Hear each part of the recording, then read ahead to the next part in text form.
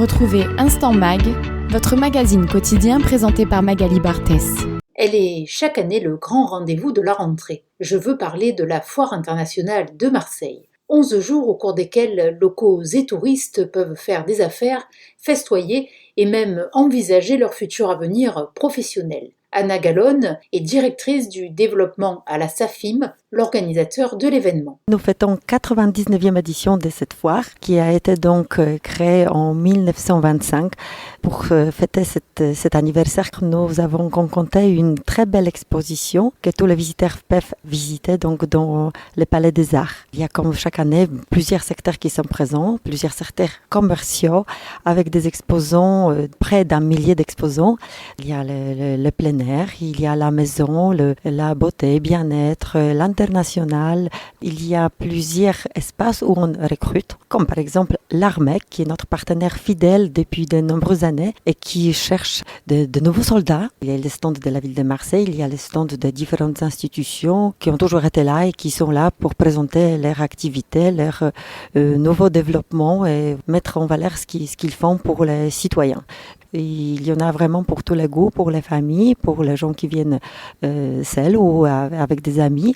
Et il y a des concerts, des spectacles, de la musique un peu partout, des ateliers gratuits. Cette manifestation s'est imposée comme le lieu pour faire des affaires et vous le savez, pour de nombreux foyers marseillais, économie rime souvent avec transition écologique. Écoutez les explications de Francky Lafleur, directeur de Powers Energy Solutions. Réduire sa facture jusqu'à 90% d'économie, ça paraît alléchant, mais est-ce que vous pourrez expliquer comment ça marche ? En gros, la journée, on autoconsomme avec le panneau photovoltaïque qui produit et qui décharge à la maison. Et le surplus va être stocké dans une batterie virtuelle qui va être récupérée le soir où il n'y aura pas de soleil. Et à partir de là, on consomme uniquement du solaire. C'est un avantage économique et écologique aussi. Et aujourd'hui, on a la chance d'avoir la prime Rénov et les C2E qui participent à l'achat, qui donnent jusqu'à 60% du montant grâce au C2E et ma prime Rénov. L'État donne jusqu'à 10 000 euros de prime sur la pompe à chaleur. Et sachez que les allées de la foire peuvent être aussi le déclic pour éclaircir son avenir professionnel.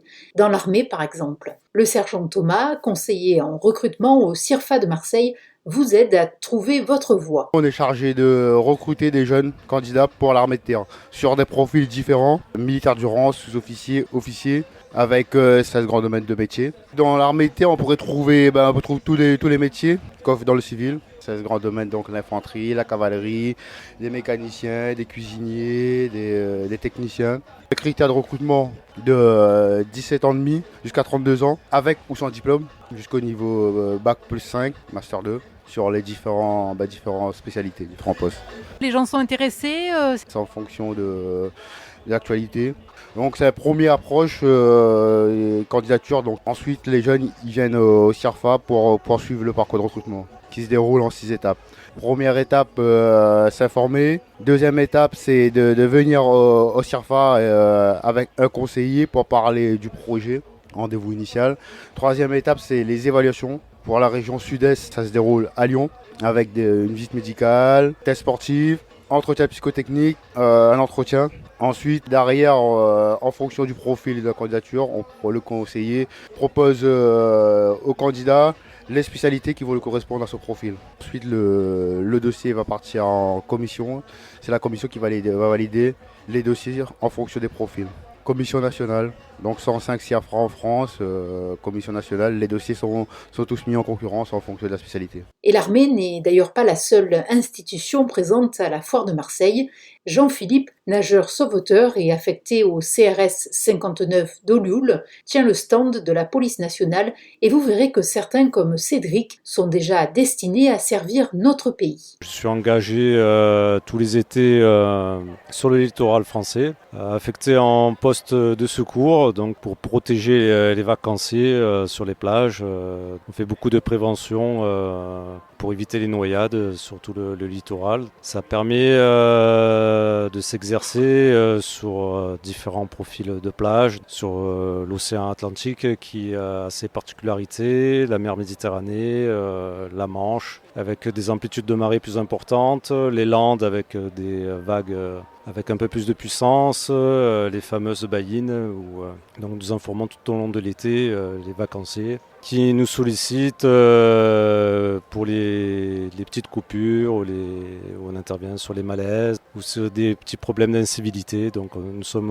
aussi là pour agir avec nos qualités de policiers, donc faisons appliquer les arrêtés municipaux. Vous pourriez un petit peu présenter ce que vous dites aux gens qui s'adressent à vous? Ils ont des questions spécifiques à leur intérêt. Il y en a, ils viennent juste par curiosité. D'autres qui ont de plus amples connaissances, qui nous demandent des informations sur nos actions. D'autres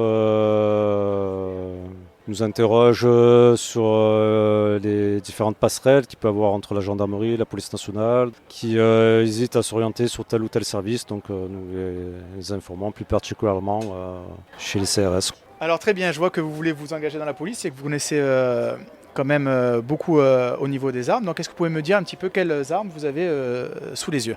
Alors ça c'est un LBD 40 à une vitesse de 359 km et on peut tirer à une distance entre 35 et 40 mètres. Et surtout ne pas viser au-dessus, viser vers le bas et ne pas viser les points vitaux. Vous savez si c'est une arme létale ou non létale? Non létale, parce qu'on utilise des balles en caoutchouc. Si on l'utilise mal, ça peut être létal. Attention, vous avez des distances de sécurité à respecter et des zones aussi à privilégier pour éviter justement des drames. Et il existe tant de façons de s'engager pour le service de santé des armées, par exemple, dont le stand est situé à côté de celui de l'armée de terre. Cécile est pharmacienne en chef au service de santé au sein d'un établissement de ravitaillement. On cherche à recruter des personnes pour nous aider en fait à intervenir dans le soutien médical sur des théâtres d'opération. Donc on recrute dans le médical et dans le paramédical. Alors soit on passe directement par les écoles de santé des armées et donc là c'est post-bac, soit on peut rentrer une fois qu'on est diplômé, on peut faire de la réserve. Donc il suffit d'être diplômé si on veut faire de la réserve ou éventuellement aussi pendant les études. Donc les pharmaciens, c'est à tout moment pendant les études et dans ce cas, c'est ce qu'on appelle du collatéral. Donc on intègre en fait les études au sein du service de santé des armées ou alors une fois qu'on est diplômé et donc là on peut être officier sous contrat ou officier commissionné. Et puis, y a les médecins, les infirmiers, les laborantins, les techniciens biomédicaux. On a un panel assez important qu'on peut retrouver de la même façon en fait dans le privé. C'est la même chose avec les hôpitaux des armées. Voilà, on a exactement les mêmes métiers. Quel est le public? Essentiellement des étudiants ou des élèves de lycée en fait qui cherchent un petit peu leur voie pour savoir qu'est-ce qu'il faut qu'ils fassent comme études pour pouvoir rejoindre l'armée dans le cadre du service de santé des armées.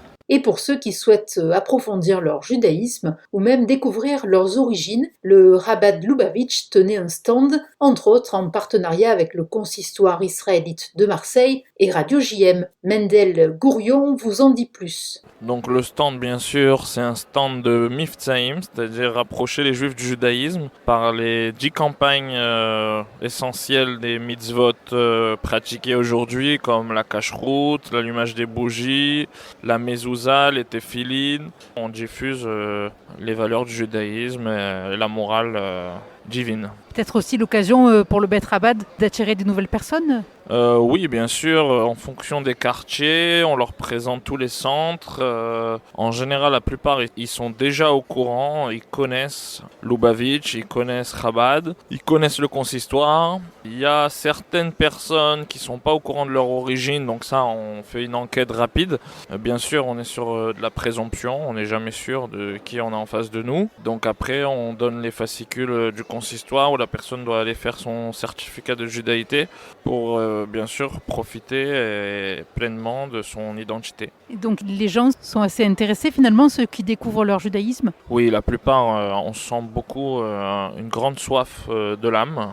On peut même dire des fois, c'est très émotionnel. On voit des fois des gens qui pleurent. Voilà, on ne peut pas trop décrire par des paroles, mais les moments sont très forts. Et vous imaginez bien qu'à Marseille, il suffit d'annoncer la présence de quelques grands noms pour remplir une salle. Alors, dans le cadre de son traditionnel Face au lecteur, le quotidien La Provence avait convié les Marseillais à échanger d'une part avec Gérard Gilly, l'entraîneur qui a permis à Marseille de s'offrir le doublé championnat Coupe de France, en en 89. Gérard Gély, bonjour. Bonjour. Ce genre d'événement, ça draine toujours beaucoup de monde. Oui, ça draine du monde parce que ça permet d'abord de se remémorer les souvenirs des années 90. Et il y avait là des passionnés qui aiment le club et qui se souviennent de ce qui s'est passé, qui se souviennent d'avoir vu de grands joueurs. Et donc, il y a toujours beaucoup d'émotions. Du transfert avorté de Maradona aux autres anecdotes truculentes sur la vie du plus grand club français de foot,